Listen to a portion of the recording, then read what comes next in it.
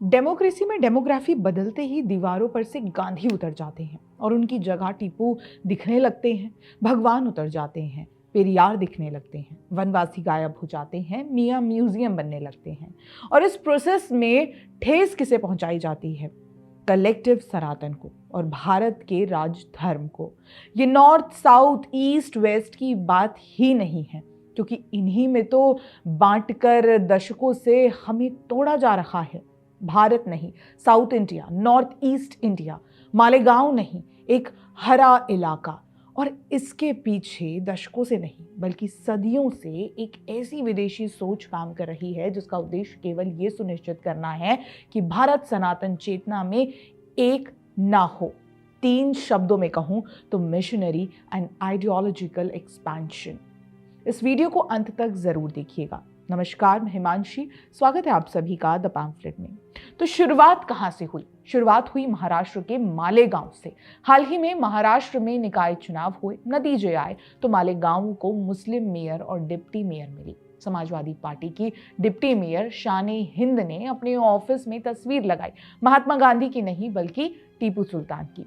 Deputy mayor डटी रही कि टीपू सुल्तान की तस्वीर लगाना फ्रीडम स्ट्रगल को सम्मानित करना है।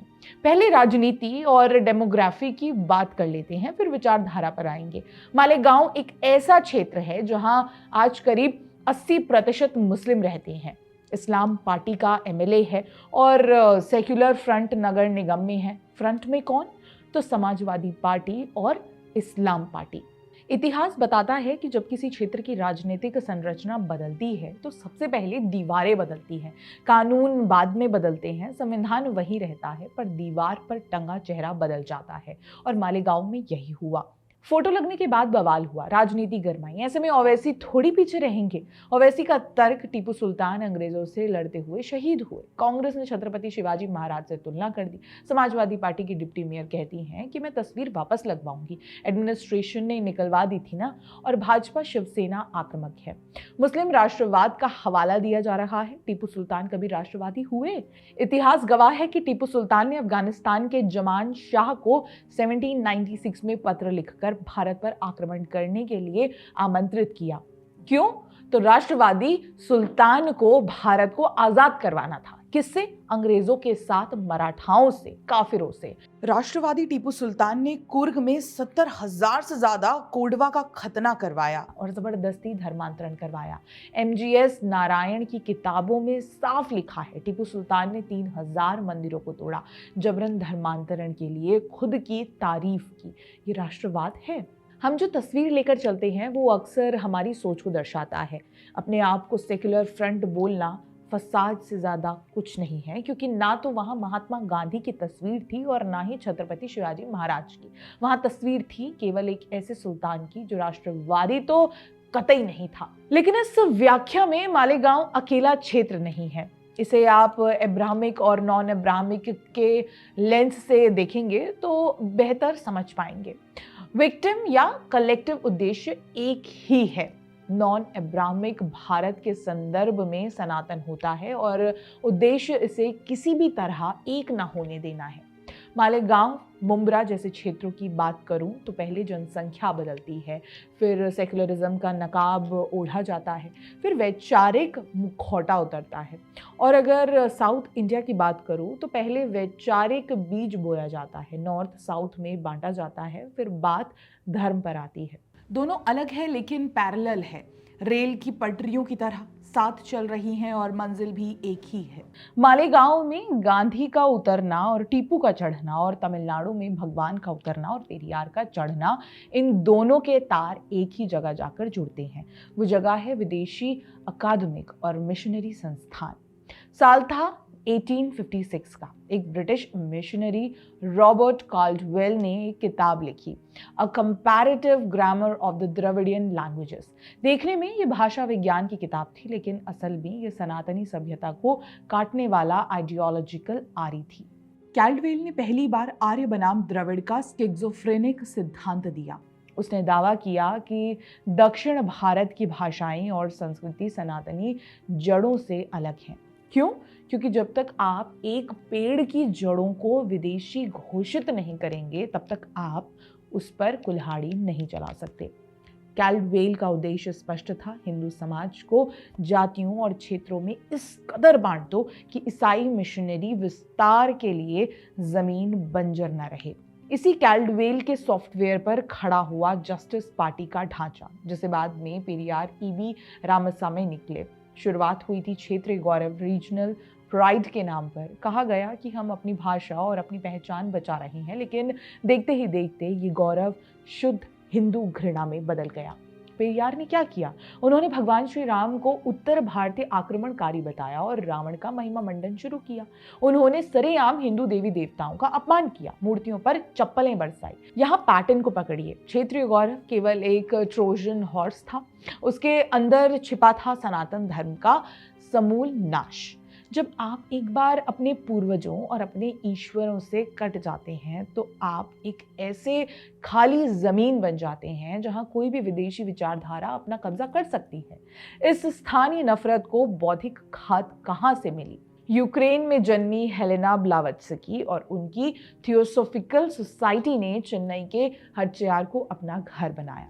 उन्होंने इन आंदोलनों को एक अंतर्राष्ट्रीय पहचान दी। यही कारण है कि आज जब भारत की सड़कों पर टीपू या पेरियार के नाम पर हंगामा होता है तो उसी गूंज 7 समंदर पार सुनाई देती है। आज मार्को रूबियो जैसे अमेरिकी नेता ने जब क्रिश्चियन एंसेस्ट्री की बात की तो ध्यान सीधा मिशनरी एक्सपेंशन पर जाता है।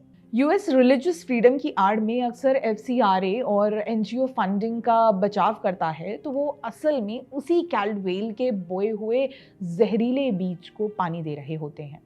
इसलिए तो मोदी सरकार ने इस विदेशी हस्तक्षेप की जड़ पर प्रहार किया था। FCRA foreign contribution regulation act के जरिए पिछले कुछ वर्षों में सरकार ने एक बौद्धिक सफाई अभियान चलाया है, जिसके तहत 20,000 से ज्यादा एनजीओस के लाइसेंस रद्द कर दिए गए हैं। ये वो संगठन थे जो समाज सेवा के नाम पर विदेशी पैसा लेते थे और उसका उपयोग भारत के खिलाफ नैरेटिव बिल्डिंग, धर्मांतरण और विकास कार्यों को रुकवाने के लिए करवाते थे। मोदी सरकार ने कड़े नियम बनाए। अब विदेशी पैसा सीधे किसी भी बैंक में नहीं, बल्कि केवल दिल्ली के एसबीआई की मुख्य शाखा में आएगा, जहां सरकार की हर पाई पर नजर होगी। खैर, ये सिर्फ वेस्ट और साउथ भारत में तो सीमित नहीं है। इस विषय में असम की बात करना बहुत ज़रूरी है, जहां आइडियोलॉजिकल एक्सपेंशन का सबसे खतरनाक चेहरा सामने आया है। असम के गोलपारा में क्या हुआ? सरकारी घर में एक मियाँ म्यूजियम खोलने की कोशिश की गई। वहाँ हल, लुंगी और मछली पकड़ने के जाल रखे गए। आप कहेंगे इसमें क्या बुराई है? बुराई साजो सामान में नहीं, दावे में थी। दावा ये था कि ये चीज़ें मियाँ संस्कृति की पहचान है। हकीकत में ये असम के स्वदेशी इंडिजिनस समुदायों और वनवासियों की पहचान थी। फिर से बिंदु समझिए। मालेगांव में छत्रपति शिवाजी महाराज के स्थान पर टीपू को रखने की कोशिश की गई। असम में अहोम और वनवासी संस्कृति का स्थान मियाँ संस्कृति को देने की कोशिश हुई। साउथ इंडिया में तो ये सफल ही है। अब इसमें ये जानना जरूरी है कि जब असम के 4 चपोरियों नदी के टापू से जब वनवासी गायब होते हैं और वहाँ बस्तियां बसती हैं, तो उसे अंतर्राष्ट्रीय स्तर पर कैसे कवर दिया जाता है। यहाँ फिर से स्वदेशी इंटेलेक्चुअल सॉफ्टवेयर सक्रिय होता है। स्टैनफोर्ड और एम्स्टर्डम की यूनिवर्सिटीज में मियाँ पोइट्री पर शोध होता है। इसे ह्यूमन राइट्स और एनवायरमेंटल रेसिज्म का नाम दिया जाता है। अगर असम के मुख्यमंत्री इस पर बात करें तो उन्हें इस्लामोफोबिक बना दिया जाता है। जब असम की सरकार इन मियाँ म्यूजियमों को सील करवाती है या अवैध कब्जों को हटाती है, तो एक राष्ट्रीय एवं अंतर्राष्ट्रीय इकोसिस्टम भारत को रिलीजियस फ्रीडम पर लेक्चर करने लगता है। अमेरिकी स्टेट्स डिपार्टमेंट की धार्मिक स्वतंत्रता रिपोर्ट में भारत को कटघरे में खड़ा किया जाता है। लेकिन गौर से देखो तो ये एक पिंसर अटैक है। जमीन पर डेमोग्राफी बदलो और म्यूजियम के जरिए नया इतिहास लिखो। ग्लोबल स्तर पर नेताओं और विदेशी मीडिया के जरिए भारत पर दबाव बनाओ ताकि कानून अपना काम ना कर सके। जो काम रॉबर्ट कैल्डवेल ने 1856 में द्रविड़ शब्द ढक कर किया था, वही काम आज के विदेशी थिंक टैंक मियाँ या दलित मुस्लिम एकता जैसे शब्दों को गढ़कर कर रही है। साउथ में पेरियार के जरिए सनातन को विदेशी बताया। असम में स्वदेशी वनवासियों की पहचान चुराकर घुसपैठियों को स्वदेशी बनाने की कोशिश की। मालेगांव में राष्ट्रवाद का चेहरा बदलकर सल्तनत को स्थापित किया। इन सबका एक ही मकसद है, भारत की सनातनी चेतना के भूगोल को छोटे छोटे विदेशी वैचारिक टापुओं में बांट देना। मुद्दा कभी एक तस्वीर का था ही नहीं, मुद्दा था कि वो तस्वीर क्या दर्शाती है। पैटर्न जानिए, प्लेयर्स समझिए। जरूरी है आपके लिए, हमारे लिए, सनातन के लिए, राष्ट्र के लिए और राष्ट्रवाद के लिए।